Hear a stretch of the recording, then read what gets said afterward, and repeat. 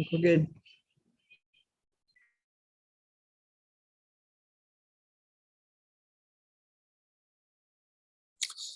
Okay.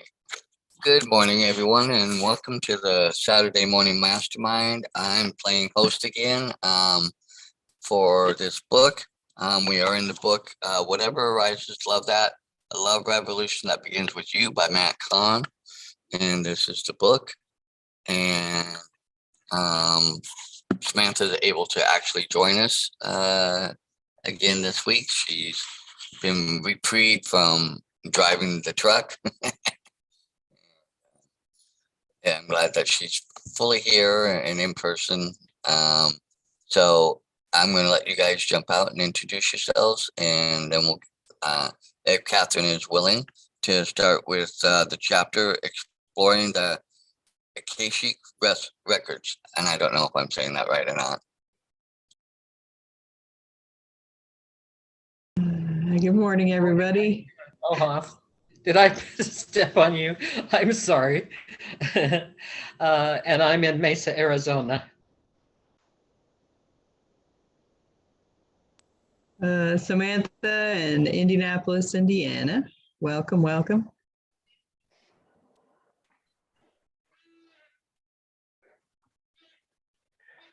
Hey, everybody. Hey, it's Jason Roberts here from Tampa Bay, Florida. Good to be here. Hello, it's Catherine Clement here. I'm going to flip over to Scribd and start reading Exploring the Akashic Records. It was during this moment of acceptance that I was called into a meeting with the archangels and ascended masters. They had something wonderfully important to share that produced a feeling of excitement in my body. I was asked to close my eyes, and as I did, my consciousness was immediately whisked off into a different location. As soon as I arrived, what I saw looked like the Lincoln Memorial with huge white pillars. An intuition told me I had arrived at the Akashic Records. From my perspective, it appeared to be a huge library. I was told that every book I saw contained the soul contracts of each lifetime and every personal encounter. Once the wisdom occupied in each contract was understood and fully absorbed by that individual, the ascended master or archangel assigned to their soul's journey cleared the contract out of that person's book. This process seemed like a recurring graduation ceremony that constantly welcomed brand new chapters of growth and expansion into one's life. While I received this instant download of information, I walked to the top of the stairs toward a glowing light table adjacent to the entrance. The ascended masters and archangels were standing there rejoicing in my arrival. I remember thinking how surreal it all was. As they stood in front of me, beaming with admiration, it gave me the impression I was about to graduate to a new level. That was true, but I had no idea the level of revelation they were about to show me. Almost on cue, they reached under their chins and lifted up their faces as if they were wearing masks at a masquerade party. Underneath each mask was a reflection of me. I remember gasping as I saw this. They are all me. But even as I saw myself underneath each mask, something wasn't clicking into place. I immediately said, I don't get it. We are you, awakening the master within. My main guide, Melchizedek, filled me in with the following response. We are not only what you are becoming, we are what you've already become. We are agents of the divine who have stepped back in time to visit ourselves in spiritual childhood. When I heard those words, a lifelong heaviness I never knew I was carrying lifted off of my shoulders. It also helped me see each person, no matter how kind-hearted or emotionally damaged they seem to be, as seeds of divinity growing into their true masterful potential. From that point forward, I knew my intuitive gifts would be used to serve the highest destiny of the universe by awakening the master in every heart. This is why I honor our timeless meeting and remain delighted to share these powerful insights in celebration of the Master who awakens in you. Whether you know it or not, the mystery of your own existence has been inviting you inward since the dawn of creation. With love as your guide, now is the time to answer the call. No matter the details or circumstances consuming your attention, the light of your highest potential can now be revealed. That's 2 sections. Do you want me to continue or stop? I think continue. Yeah, I agree. Okay. 4 simple words. Despite all of these experiences, it is my belief that my spiritual journey did not truly begin until I was in my mid-20s. Prior to then, I was a very empathic child with pronounced intuitive abilities, having many vivid experiences of awakening that many people to this day continue to chase and pursue. Yet, in my mid-20s, I had a very clear realization. I realized that no matter how many mystical experiences I had, no matter how deeply I could feel into the people around me, or how clearly I could transmit messages that positively affected so many lives, those were not actual benchmarks for my spiritual evolution. I began to see that despite my abilities, I was still very much fighting and negotiating with life in the same way those who hadn't had any of those experiences were. It helped me to put into perspective that while I was having those transcendent experiences, I knew in my heart that I could not define myself by them in any way. Instead, I needed to establish a new spiritual benchmark for myself. I quickly began to see how often I would fight or negotiate with life as a sign of how infrequently I trusted in the faith of the divine plan. While I continued to share the intuitively guided messages that came to me in front of larger groups, something even deeper was blossoming within me. During that time, I remember talking to the universe and saying, "May I be a conduit of awakening consciousness. May I heal what is unresolved in every heart, and may I bring forth what will finally satisfy my desire to be the one I already am." Within a few days, a response came during a dialogue I had with the universe in the form of 4 simple words. Whatever arises, love that. Based on my open line of communication with my spirit guides, I could have very well asked for some clarification. On the other hand, what's so interesting is that even though I could have called upon their guidance in any given moment, the most extraordinary experience often was to feel my way into it. It's kind of like forgetting the end of a movie you've already watched just so you can experience it again for the very first time. I didn't really want to know what was meant by those 4 words. I just wanted to test it out, to see what would be revealed. So I took these words literally. Okay, universe, whatever arises, love that. On a walk around my neighborhood, I saw a flock of birds fly by and I thought, well, that got my attention. That's arising. So I said, "I love you." Part of me didn't know if that was right, but I just followed the impulse since I felt the love of the garden inspiring me to move in that direction. I continued walking around my neighborhood and saw a city worker who was using a jackhammer at a construction site. It startled me and I thought, well, that's arising. Love that. And so I sent an "I love you" silently to the city worker in view. I continued to send love to anything that got my attention. As I did this, I began to see every person, place, and thing as works of art on exhibit in the Museum of Divinity, where I was both a visitor as well as a work of art on display. The more love I sent to whatever captured my attention, the more I felt the love of the garden coming alive in me.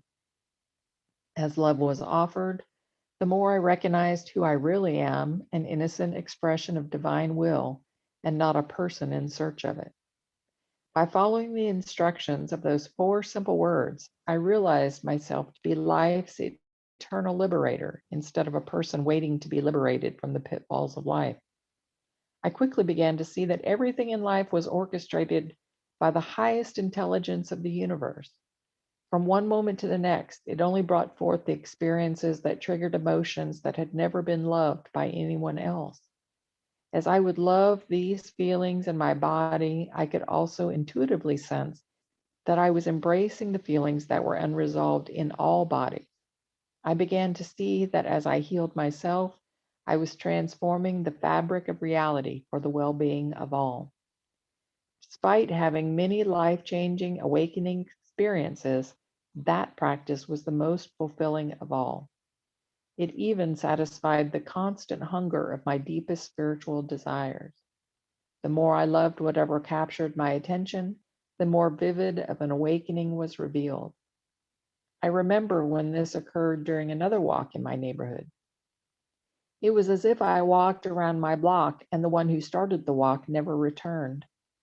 While my body made a loop around the neighborhood, the one who thought he was taking each step simply didn't come back. I was aware of breathing, moving, and feeling, but there was no sense of self defined by it.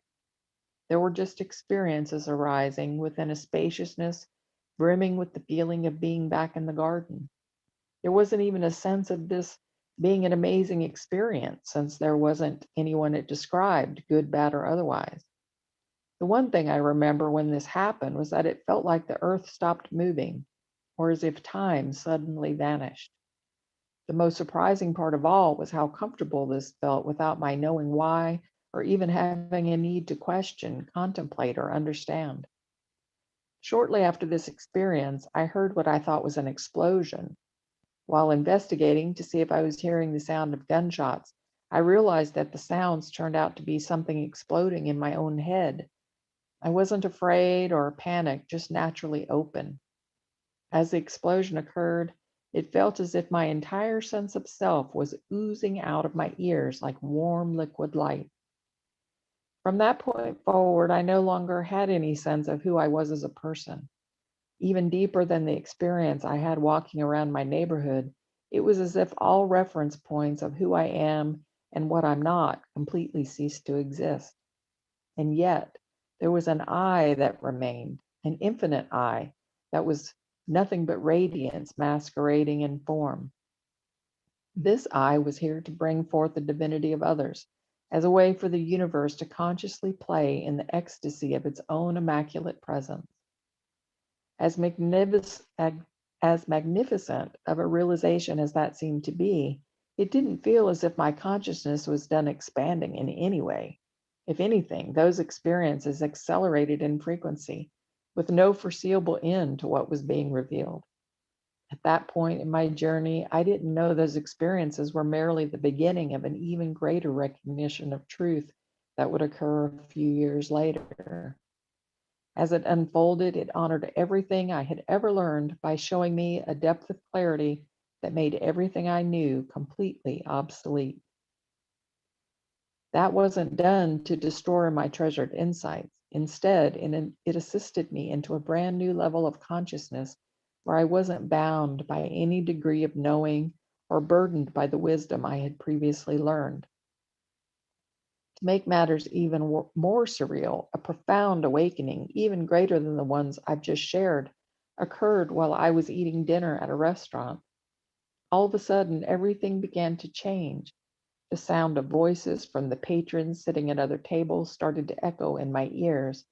It was as if they were all expressions of my own consciousness while appearing around me as a play of different characters. I began looking around at the people at nearby tables and noticed every physical trait and emotional quality seemed oddly embellished. It was as if everyone was molded out of this strange energetic clay. I remember looking at everyone around me and having the thought, they're trying so hard to stay in character, but this isn't who they are at all. It was as if their human identity had become a facade where everyone was working diligently to maintain some sort of personal image. At that point, the server presented me with the fish tacos I forgot I had ordered. As I looked at the plate, I saw particles of vibrating energy that gave the appearance of a solid plate of food. I also witnessed these same particles in the table, throughout my body, and within everyone at the restaurant.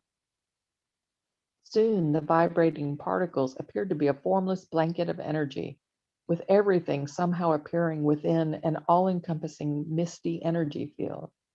I began to laugh at the simultaneous nature of my experience. Here I was eating a plate of fish tacos, while on an energetic level, nothing was happening at all. Couples could laugh, babies would cry, servers would drop entire trays of food, and nothing disturbed the field of energy. I began to see every person as a creative way in which energy was expressing itself, from the mundane to the outrageous. Because I was seeing this from an energetic position, I realized myself to be the entire field of energy. As this field, each person, place, and thing celebrated my own infinite potential in physical form. It wasn't a sense of, I am doing this from a belief in personal control. It was a direct realization of I as the eternal one in all. As perfectly timed as could be, the server approached my table and asked how my fish tacos were. I remember laughing and saying, "Beyond belief." She smiled and scurried off to the next table as I sat back and marveled at the cosmic irony of life.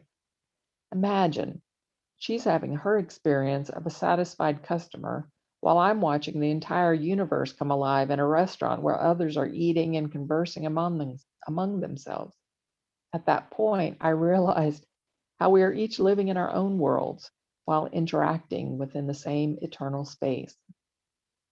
It was at that defining moment that I acknowledged the twofold realization of truth. We are one in our essence, but remain different as individuals. Between these two extremes, your journey is revealed. Just as I had reached such a defining moment of clarity, the experience continued to open up way beyond anything I had ever known or could ever imagine. As it occurred, I received an intuition instructing me to go home and rest. I sensed that I would be spending the evening integrating this powerful realization on an energetic level. I remember walking to the car and feeling the gravitational pull of the Earth's orbit so strongly, I had to hold on to other cars as I made my way through the parking lot. As soon as I got home, I wrapped myself in a blanket and called it a day. I intuitively knew my life would never be the same, so I just allowed the universe to do what needed to be done. At that point, everything dissolved into emptiness. I no longer existed in a world of any kind. I was nothing. As nothing, I felt intermittent waves of ecstasy and terror. As I explored those sensations, I realized I wasn't actually in ecstasy or terror at all. It was the memory of how life used to be compared to how things were right in that moment that caused those waves of conflicting emotion to erupt. I then realized that sensations of emptiness only seem like nothing when compared to memories of something else. As I understood this, both sides of emptiness and something in form equally dropped away. There was nothing but emptiness, with no one to claim or deny it in any way. It was an absolute void space, absent of location, description, quality, or distinction. There was no fear, no loss, no grief, no pain, no pressure, or any idea whatsoever. I instantly realized I am a void of nothing that is void of nothing. To my amazement, what remained was the most intimate sense of self that had been here all along. Instead of being a person with a lingering remembrance of visiting the garden at a young age, I was the garden of divinity itself. While decorated as a person living in a world, in truth, I am an eternal space through which all things come to life. I remember seeing so obviously how the void, which is the source of all things, witnesses everything by being it all. I thought, maybe if I just hang out here, I'll be whisked away into another character or adventure. As I waited, nothing happened. Then waiting disappeared, along with every idea I had ever imagined. Soon, everything faded to black, just like a character dying in a movie. I didn't know what was happening, but I had a sense that death had come. It was here for me, and I was ready to make it easy for death to do whatever it does. For some reason, I had never felt more comforted. I was completely aware of myself without reference points or limitations of any kind. Even though it felt like a brand new beginning, I couldn't help but feel like something within me had come to an end. As I drew in what might have been the final breath I'll ever take, I surrendered to death once and for all. At that moment, my final thought was, Lord, take me, I'm yours. It was at that moment that my ego was laid to rest once and for all. As I lay there surrendering myself to death, nothing else happened. The void of nothing that is void of nothing remained while the body relaxed into sleep. As the void, I watched the body sleep from within the body. I noticed I was aware of sleeping, but I was not asleep at all. I was an ever-present aliveness, aware of however the body seemed to be. The next morning, I woke up wondering if everything that had transpired the night before was some sort of dream. But as it turned out, the experience of being the void was just as prominent as the night before. With no other alternative, I closed my eyes and gazed into the emptiness of existence. I thought, maybe this is it. Maybe I'll just spend an eternity in this all-consuming space. Nearly right on cue, out of the silent depths of an eternal void, emerged a spontaneous desire to know oneself. As this desire blossomed, a beam of energy emanated out of nowhere and transformed the void space into an endless field of light. Within the light, every person, place, and thing sprouted into form. It was here to play out in endless dimensions of time and space, every characteristic, situation, and outcome in existence. I was the void, the desire to know itself. The field of light birthed out of it and everything within it all at once. As I gazed into the beauty of form, I saw the light within each person, place, and thing like a sun ray expressing the radiance of its source. At that point, I was intuitively told, the light of all is the soul of one. The soul of one is the one I am. I was both the nothing through which everything came into existence, everything appearing in its earthly form, as well as the love that embraced it all. This life-changing recognition also brought forth an intuitive knowing of resurrection as an essential stage of growth throughout every journey. This helped me understand death as a doorway into the paradise of resurrection, where nothing but love remains. For many who inhabit this planet, the willingness to enter the doorway of death and be reborn as the light of love in form remains a central theme in the journey of awakening. Whether you are a grocery store checker, a stay-at-home mom, an executive, or even a lifelong spiritual seeker, we have arrived at an exciting chapter of human evolution where consciousness is awakening without the body needing to dissolve. With love as your guide, every stage of your journey, including the dissolving of ego and the resurrection of the soul, can unfold with clarity, compassion, peace, and ease.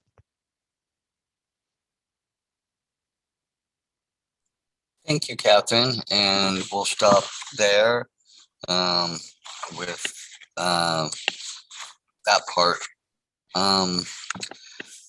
Any thoughts, anybody, from the reading that you came out with? I'm still trying to process some things, so it might take me a couple minutes.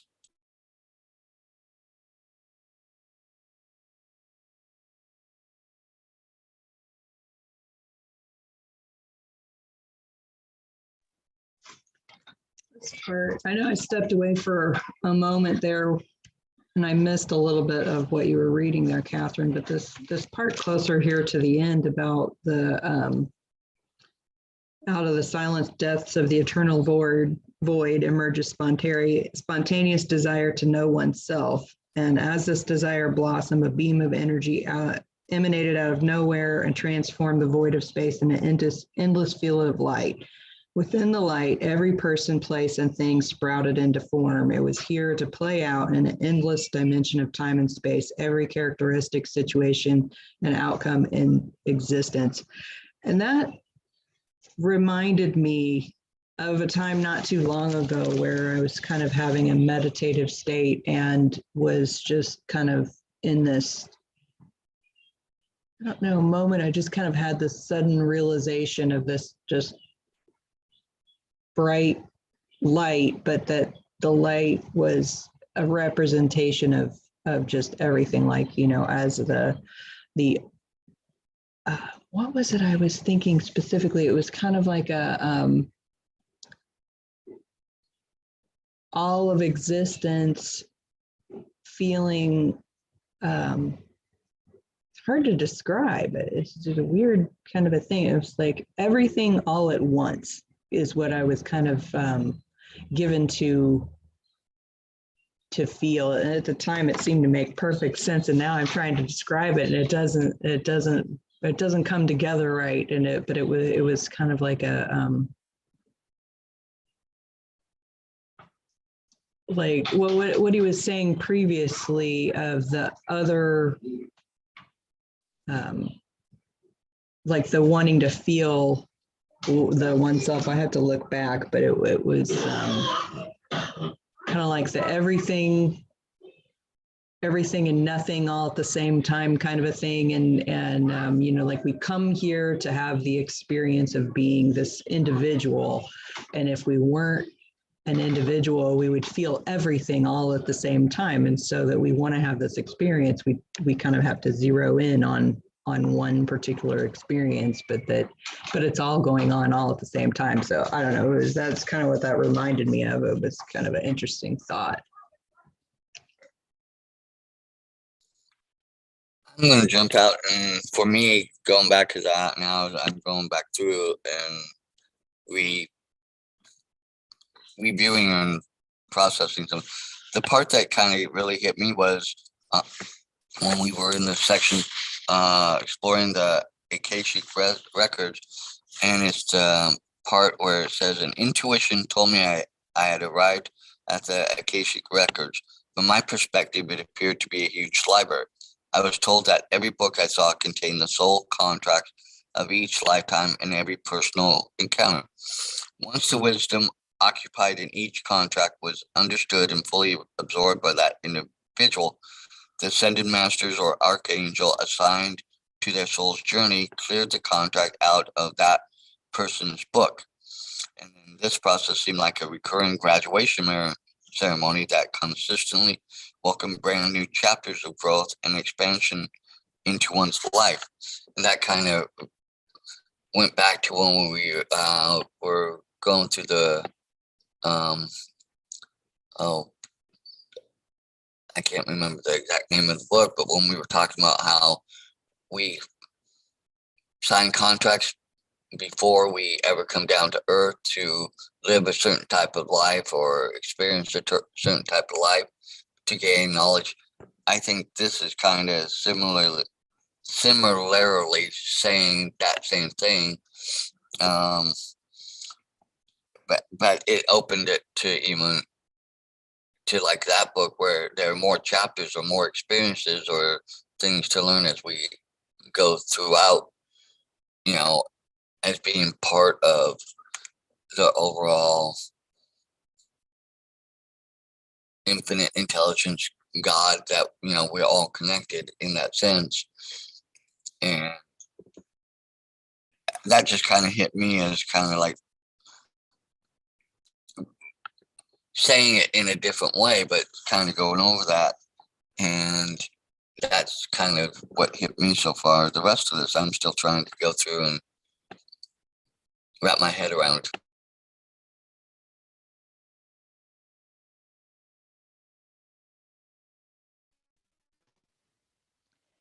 Well, I think the discussion of the Akashic Records is very interesting because I'm studying remote viewing, and it appears to me that the Akashic Records are like for people that are kind of new to this subject matter. You know, for eons there have been spiritualists and spiritual teachers that have claimed to have, quote, special access to the Akashic Records, and you had to pay them a lot of money to access that. And what I'm learning now, which is funny because I never kind of really bought into that. The interesting thing about it is I didn't really buy into that there was an Akashic record to tap into. Now it's not that I don't believe the Akashic record is there. I absolutely believe that. But now I understand that everybody can access that as easily as anybody else. And there, it doesn't take any kind of, you don't have to be a minister to do it. You don't have to be a spiritualist to do it. You don't have to, have taken 3 years of classes and paid somebody $20,000 to now do it. It's very simple steps that anybody can learn to access that information, anything past, present, or future. So to me, from where I stand now, I see that information as the Akashic records, and I see it in a much different way. I think Matt has a beautiful way of expressing and describing experiences that most of us, especially me, find it extremely difficult to describe and express. Those experiences, like you said, Samantha, where you tap into it and you do have, well, some people do have those moments of feeling everything and realizing, like, just like you said, if we weren't individuals, we would feel it all at the same time. And I think those of us that are what we would consider and call empathic, we do experience other people's journeys as well as our own, which makes that a bit of a challenge. There is something in our science these days that they call neural mirroring, I believe it's called, is the scientific term, neural mirroring, if you want to look that up. But it's actually, it's a part of being human. I'm sure animals do it too, because to me, animals are very empathic. But our bodies actually physically do respond to somebody else's set of circumstances or whatever. Of course, some people feel things more deeply, and some people seem to be completely oblivious to anybody else's feelings, But for those of us that do feel deeply, it's, and I'm sure time will tell as more science comes out, we may just have more of those specific neurons, those mirror neurons.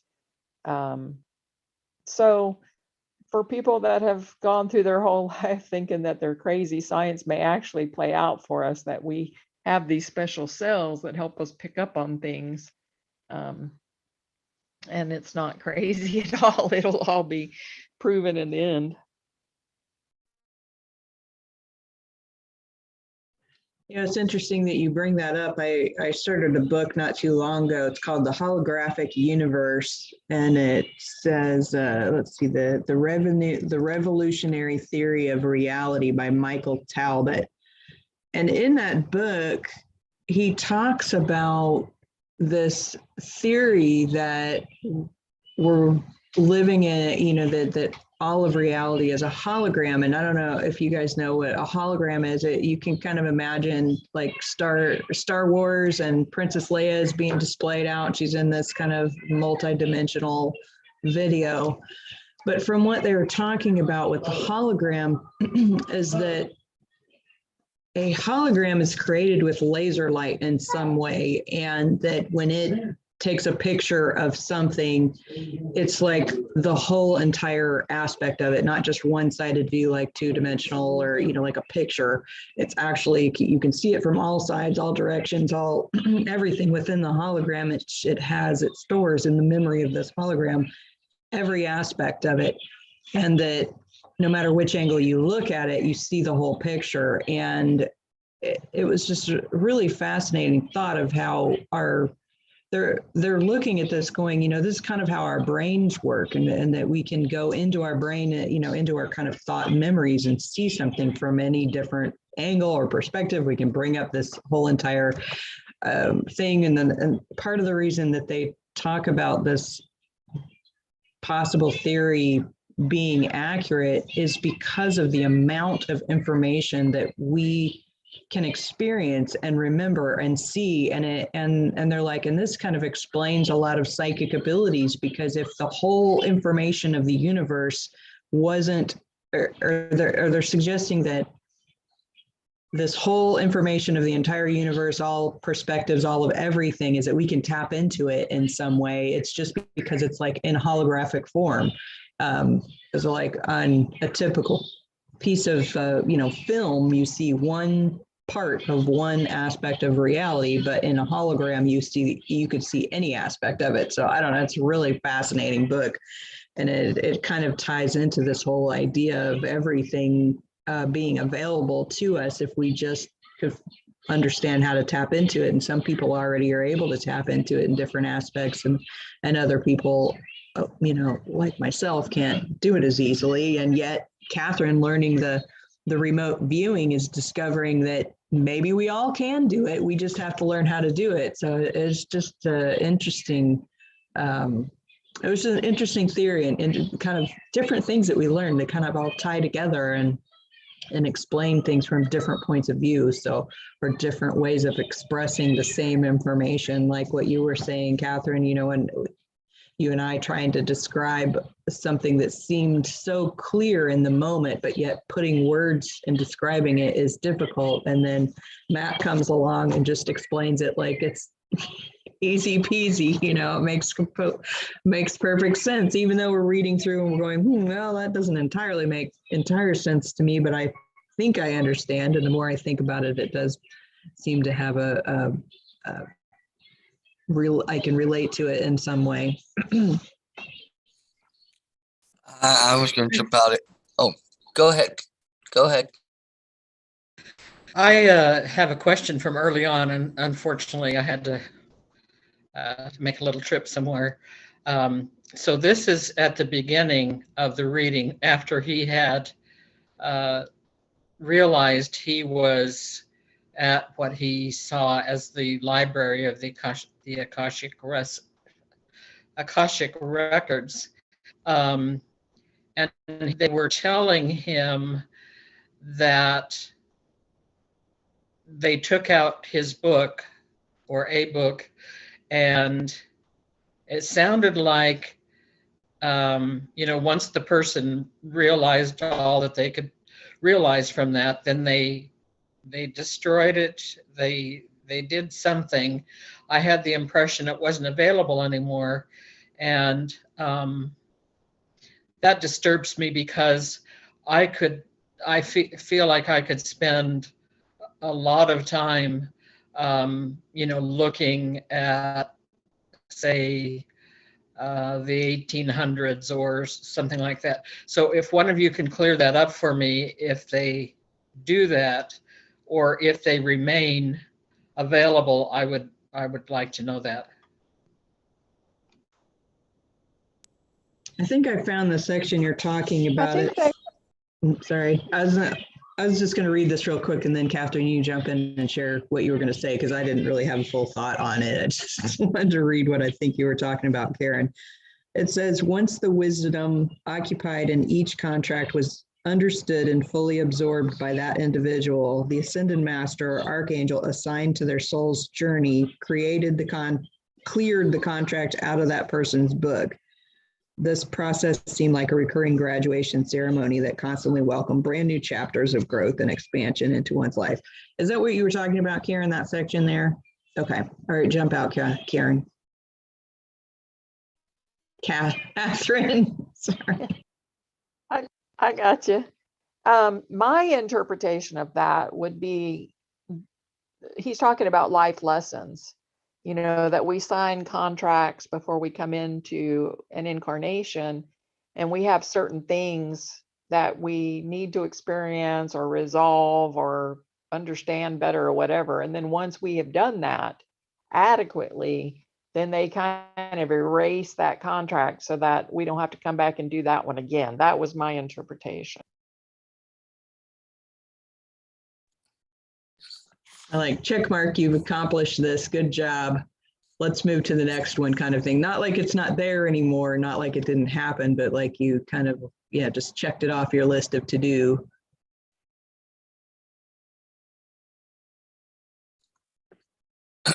I'm going to jump out, and this goes back to some of what you were saying, Samantha, about that understanding or being kind of getting there, but not being able to put it into words. And that Matt kind of summed it up.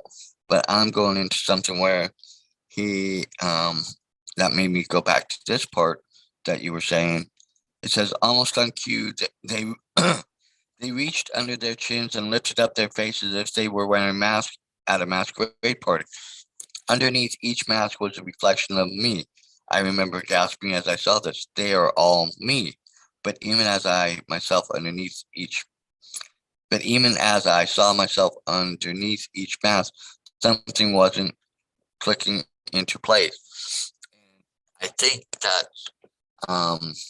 because you go back and you hear, and a lot of people say that we all wear different masks depending on what the circumstances or who we're interacting with and stuff.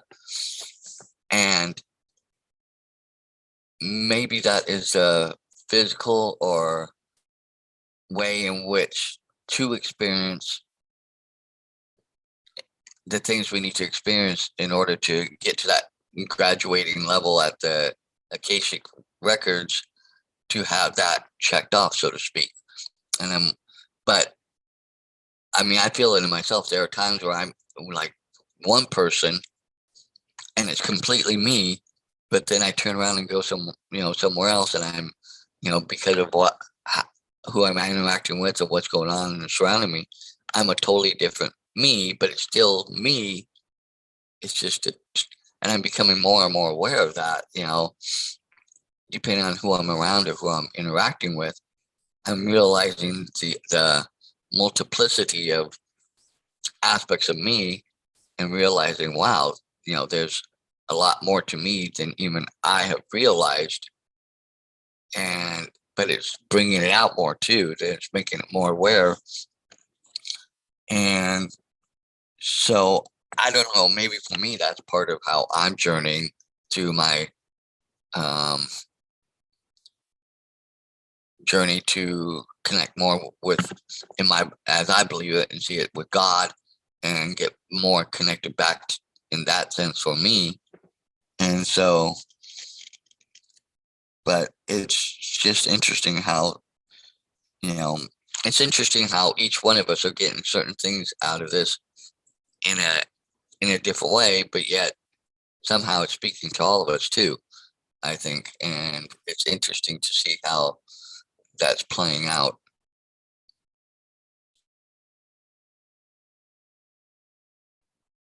Yeah, in that next section, it says, we are not only what you are becoming, we are what you've already become. We are agents of the divine who have stepped back in time to visit ourselves in spiritual childhood.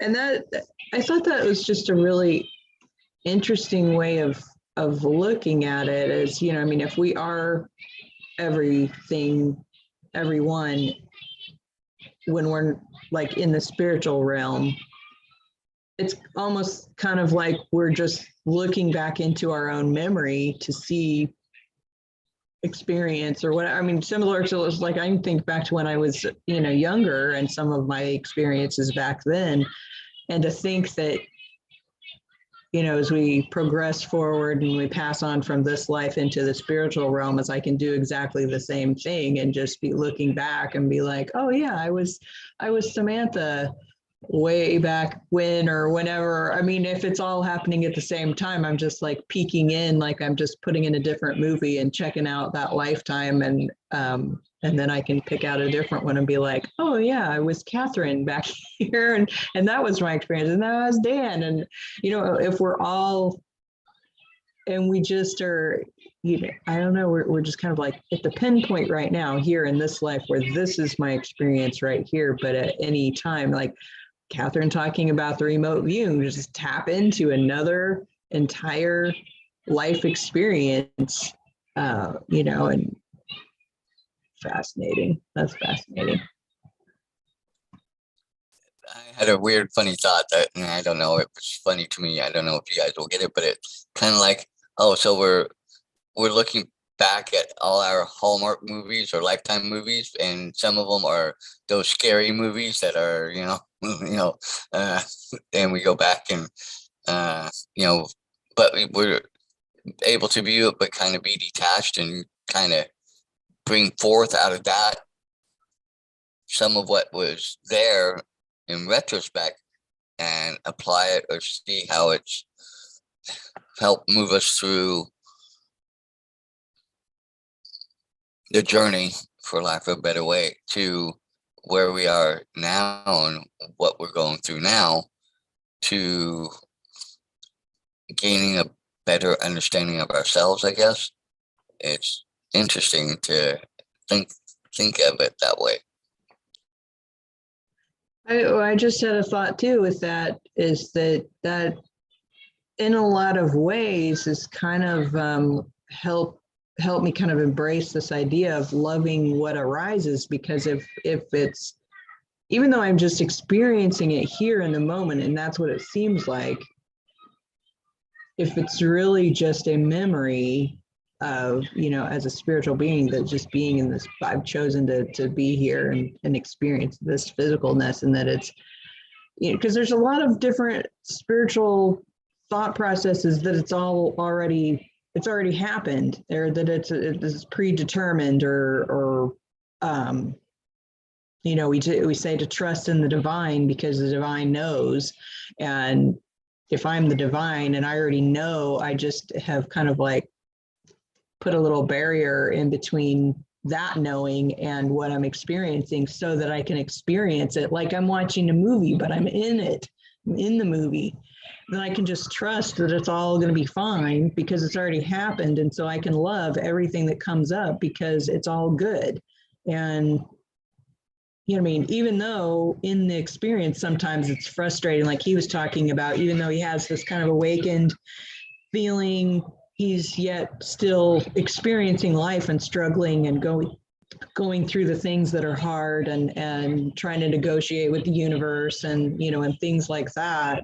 But yet then he would have these moments where he'd be walking around the neighborhood and he would just be like, oh, there's a flock of birds and there's a guy and he's drilling and this is happening and that's happening. And if we could go through our everyday just with that kind of feeling of wonder of what's going to happen next, and this is interesting and I can send love to it. And just like if I was watching a movie and I don't know what's going to happen next, but I'm excited to watch the movie and I know that it's all okay, even though some of it may be scary and some of it's exciting, and so you just don't know what's going to happen next, and it's just interesting. And if we could look at our lives that same way and just be in love with every moment of it, whatever it comes out to be. And weird mind shift. Well, I'm going to jump out again because now you made me go and think. Because, like, for me, I truly believe there's God. But as I'm going through some things, and from things I've read in the Bible, and then things, and I'm getting, it's interesting how my perceptions and I thought are still feeling the same way I've always felt, but it's changing how I perceive it. And there's I don't know which verse, but there's basically a verse that talks about God works all things out for the good of those who believe in him.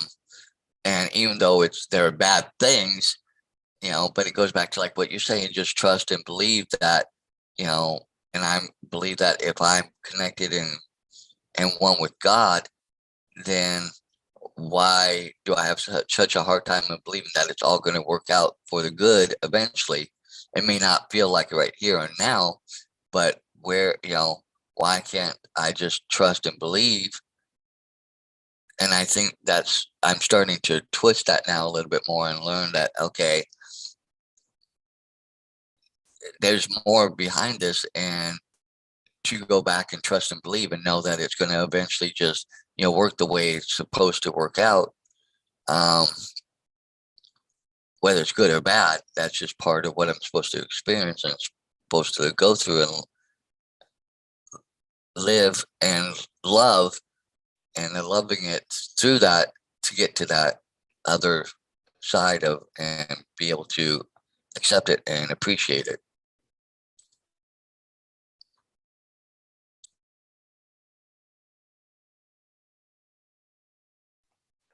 Yeah, right. And I hear what you're saying, and that's what I was kind of tuning in on is how Matt, or even in the other chapter before, was having his own difficulty in accepting what was going on. That in our own physical forms, we have this reluctance and this fear and these human emotions, and to be able to push those aside, or not have those affect our experience in this, in seeking out the divine interaction, was kind of difficult for him. And so what struck, or it seemed to me anyways, and so what I'm getting at is what struck me was that in a previous chapter was how he was saying, like, his first experience of meeting his guides, he was disturbed by it, and immediately pulled him out of the experience. And then now that he was saying that when he met those guides that were that took off their masks and they were reflections of himself, that he questioned it, but he wasn't afraid. And I believe it was at this time that they told him, whatever arises, love that. And that it seemed to me that that's what sort of allowed him to then go out, walk around the block and start experiencing things that way, which in a way to me seemed like it opened things up further to him, to where it wouldn't have the fear, wouldn't have the reluctance of allowing for any of those experiences. And so to me, that sort of makes sense to me, because we experience this, our physical forms, these emotions, and if we're in a meditative state, we sort of like as if when you're falling off to sleep and you feel like you may be falling, or something startles you, you don't realize that right away that you're in that dream state or that meditation state, so you immediately jump and you might pull yourself right out of it. But if you were open to it and realize that you were in a dream or a meditative state, then you wouldn't be afraid, and then you would be able to continue on past that point. And only that's what struck me. And to say the only time I've ever experienced that is once through one of these metaphysical books and discussions. I did ask before I went to bed that I would like to see like heaven, and had an experience kind of like what you were saying, Samantha, where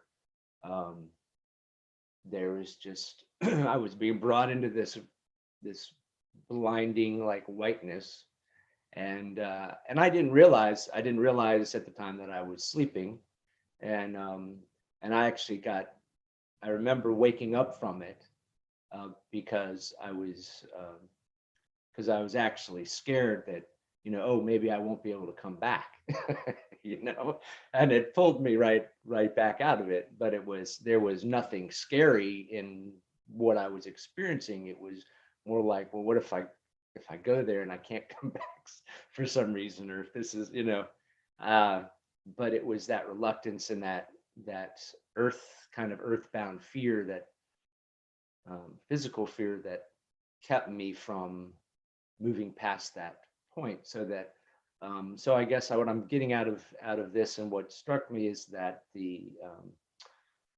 and maybe there's probably a lot more to it, but then that phrase and that guidance of whatever arises, love that, that is possibly a guide to help us move forward and take steps in that direction.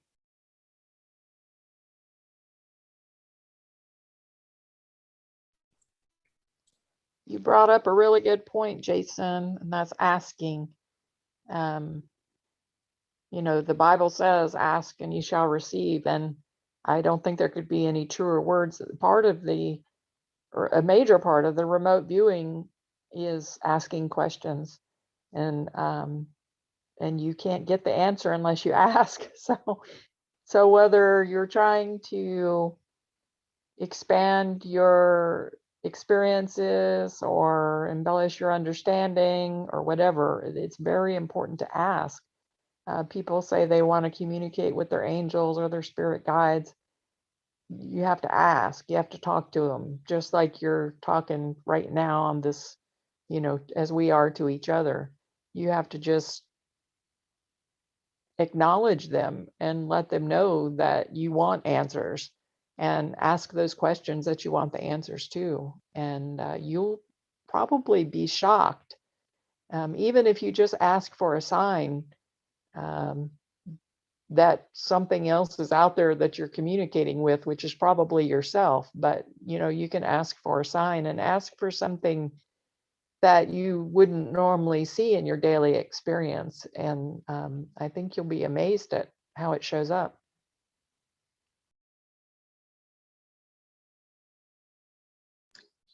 Yeah, that's interesting that you say that, Catherine, of the just have a conversation. It's funny that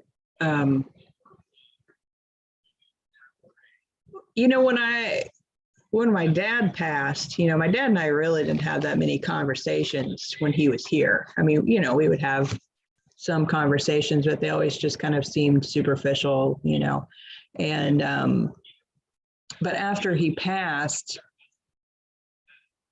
I find myself having conversations with him. And I think that if we hadn't read any of these books, we hadn't had any of these discussions, and if I not who I am with you guys and in my life in general, I would probably just write it off to, I'm just, it's all in my head. I'm just making it all up. It's just me talking to myself, like what you were just saying, Catherine.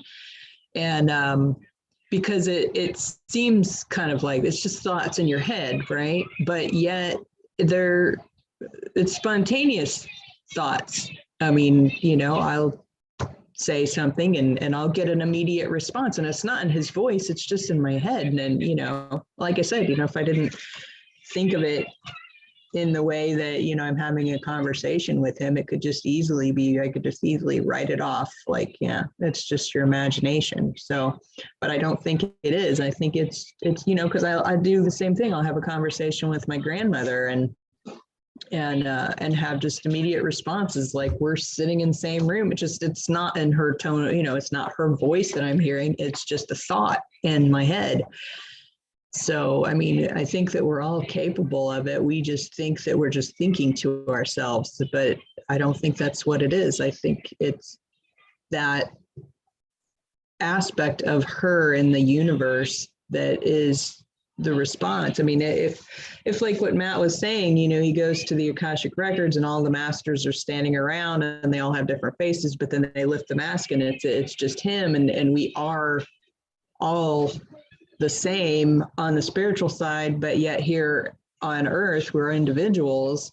I mean, sure, it's kind of like a conversation with yourself, but yet it's a conversation with the whole spiritual version of that other person in this, like their personality, right? That, I mean, you know, and there's just a lot of movies where people will be having these conversations with a person who has passed, and they'll see that person there, and they'll have this conversation with them, and yet at the same time it's all in their head, right? And that's just their idea of what that person might be thinking or responding to them or throwing in their face what they need to hear or whatever. But I think it's both, it's both. It's ourselves, and yet it's the other person too. So it's, we just have to trust in it, right? Trust that whatever that message is. Sometimes it's easier to hear it from someone else versus ourselves. And so having that conversation with the other person, you can learn or know or experience or get insights or whatever, because you're allowing it to come from something else. I don't know, but that's a mishmash of my thoughts there, isn't it? Well, actually, I don't think it's a mishmash, but I think I'm going to go, to me, a step further. I tend to talk to my grandmother a lot, just in my head when I'm, out and doing things sometimes. Or I'll even, there are times I'll just say, okay, Lord, give me strength. And I'm just saying that, I think sometimes to say it to myself, but to put it out there to God, the universe, infinite intelligence. I look at it as God, as a way to, I think, keep myself moving forward, so to speak, I guess. But at the same time, I do believe that while the book says that, we're, that all those different masks are us, but I also think that within that because we have all these different intelligences that reside in human bodies, I'm going to put it that way. I think they're all part of all that too, and that maybe in part of the response or what we're getting is from somebody that, like I said, I talked to my grandmother, you talk to your father, your, stuff like that. As a way of, because I believe there are times where my grandmother would say something to me and say it in a way that I will take it. Or even now, my mom, in my head, sometimes, I don't necessarily, like I said, I don't necessarily hear her voice per se, but I get that feeling of the essence. So I think it's there also with interacting with us in a way, and that might be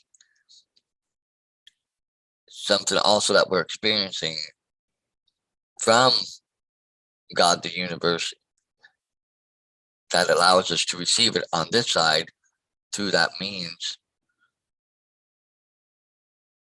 so that way we can move forward. I guess that's the best way I can say it. I guess that's how I can see it and put it all together, because I do believe that their essence is still in there within all that one and can come through to us in that sense, I think.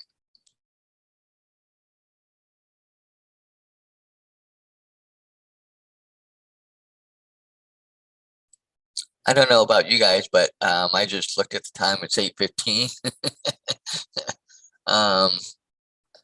Any last thoughts or comments or anything from anybody?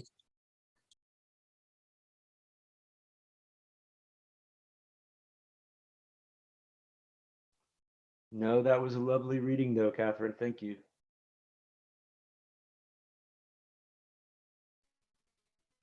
You're welcome.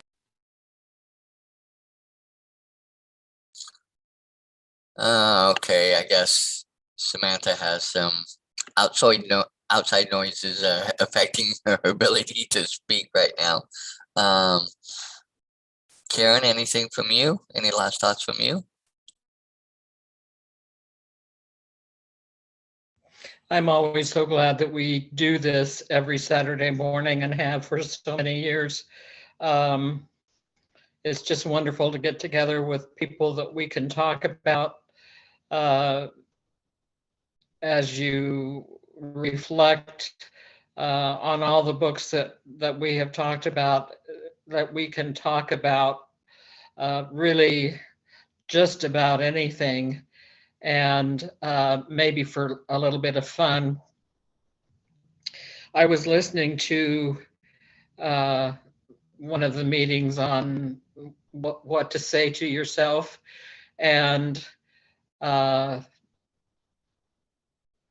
Samantha mentioned something about how some of the older companies, and she listed off Amway and Tupperware, and I don't remember what all else, but she said they're afraid of the social media and all that kind of thing.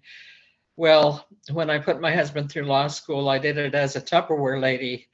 I ended up with 8 different cars that I had qualified for over the time that I did that.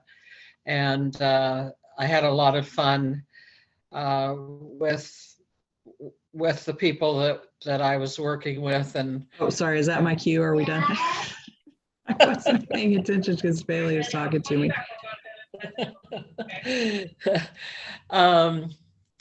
Anyway, I looked up Tupperware, and they have this incredible website. And of course, they have a lot of new things, and they happen to have something that does something about fragrance in your house. And I thought, I'm going to see if I can put those on a website I've had for a long time that has a store available. I haven't ever set that up, but I thought that would be kind of fun.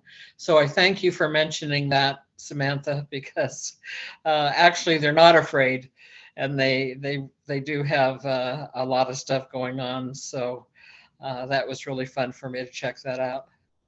Anyway, I know there's folks out there who listen to these and don't show up for some reason. Even if you just came one time and participated with us and shared some of your ideas, we would be delighted to have you join us. So feel comfortable to do that. Love you guys.